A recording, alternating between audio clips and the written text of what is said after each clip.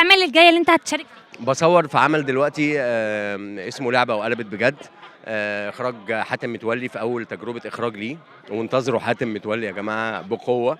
مدير التصوير العبقري جلال الزكي، ايهاب عبد الواحد موسيقى تصويريه واغاني، يعني من الاخر. مجموعه كبيره جدا من الفنانين، رحمه احمد وعمر الشناوي، والفنانه السوريه الجميله ريام كفرنا، والفنانه التونسيه سهير بن عماره، والفنانه الخليجيه والمصريه زينب يوسف شعبان بنت الفنان الكبير يوسف شعبان في اول ظهور ليها في مصر، حجاج عبد العظيم، مجموعه كبيره جدا جدا جدا. والله انا خايف اكون ناسي حد في ناس كتير، وملتقى عربي يعني هتشوف. هيتعرض في رمضان؟ لا، هيتعرض قبل رمضان على طول. طب نازل في رمضان؟ نازل في رمضان؟ لسه ما قررتش في رمضان لسه. لا 30.